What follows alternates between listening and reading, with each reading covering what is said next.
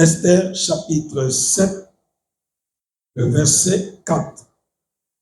Je lis au nom de Jésus. Amen. Car nous sommes vendus, moi et mon peuple, pour être détruits, égorgés, anéantis. Encore si nous étions vendus pour devenir esclaves et servants, je m'étairais. Mais l'ennemi ne saurait compenser les dommages faits au roi. Parole du Seigneur. Assis-toi. Seigneur, nous voulons t'écouter, que ton esprit nous parle et que l'esprit de la parole nous rend captifs en ce moment, que nos oreilles soient ouvertes pour saisir ta pensée, que nos cœurs soient vivement touchés et que notre esprit soit libéré par ta parole. Je condamne la puissance négative, ceux qui ne confessent pas ta seigneurie. Je le mets hors d'état de nuit au nom de Jésus.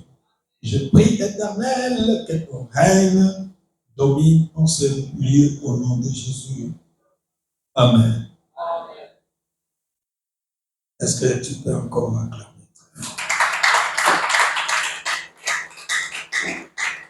Je remercie ici l'homme de Dieu, Pandry Richard, de m'avoir accordé cette lourde responsabilité, une fois de plus, de communiquer la pensée de Dieu dans cette auguste assemblée.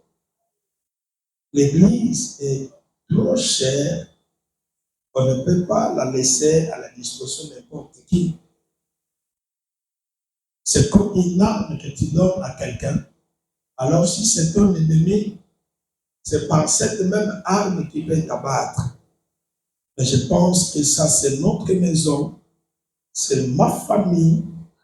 Et quand je viens ici, j'ai la responsabilité de prêcher avec mon esprit et mon cœur. Alors celui qui sera captif sera le bénéficiaire de la pensée de Dieu pour cette semaine. Que Dieu vous bénisse. De quelle famille es-tu? Ça, le sous-thème que nous avons tiré dans les grands thèmes, comment briser les lois ancestrales. On ne peut pas parler des ancêtres sans pour autant parler de la famille. C'est quoi la famille? La famille, c'est un nom collectif ou un ensemble de parents et des enfants. Donc, je disais que la famille, c'est un nom collectif. Il représente l'ensemble formé des parents et de leurs enfants. Entre autres, nous appelons cette famille ici la famille restreinte. Mais en dehors de la famille restreinte, il y a une autre famille appelée élargie.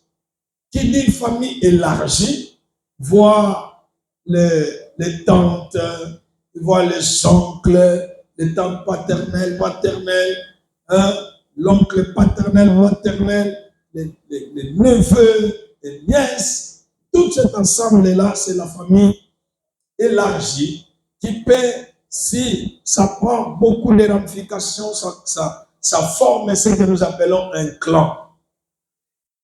Amen. Alors ce clan-là, en d'autres termes, représente notre facteur qui est la famille.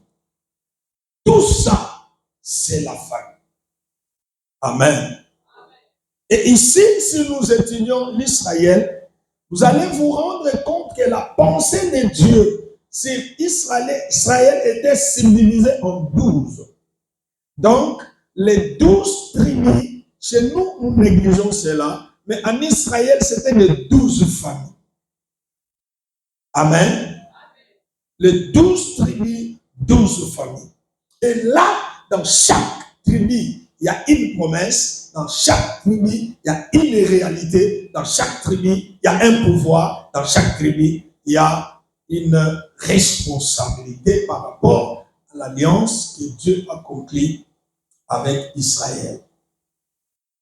C'est pourquoi nous, chrétiens, nous devons avoir la révélation de la composition de nos familles.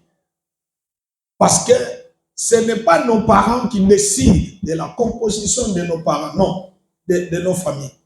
Mais c'est Dieu qui est à la base de la composition de nos familles. Alléluia. C'est pourquoi la Bible dit, depuis le ventre de ta mère, je t'avais connu. Dieu nous a connus avant la création. Et il nous a appelés pour naître au travers d'un parent, qu'il soit sorcier, qu'il soit marabout, qu'il soit qui que ça n'intéresse pas Dieu. Ce n'est pas une raison pour toi de dire que tu es bloqué, tu ne peux pas avancer parce que tu as des parents sorciers. Non, les parents sorciers, bien sûr, mais tu as un Dieu qui a le pouvoir au-delà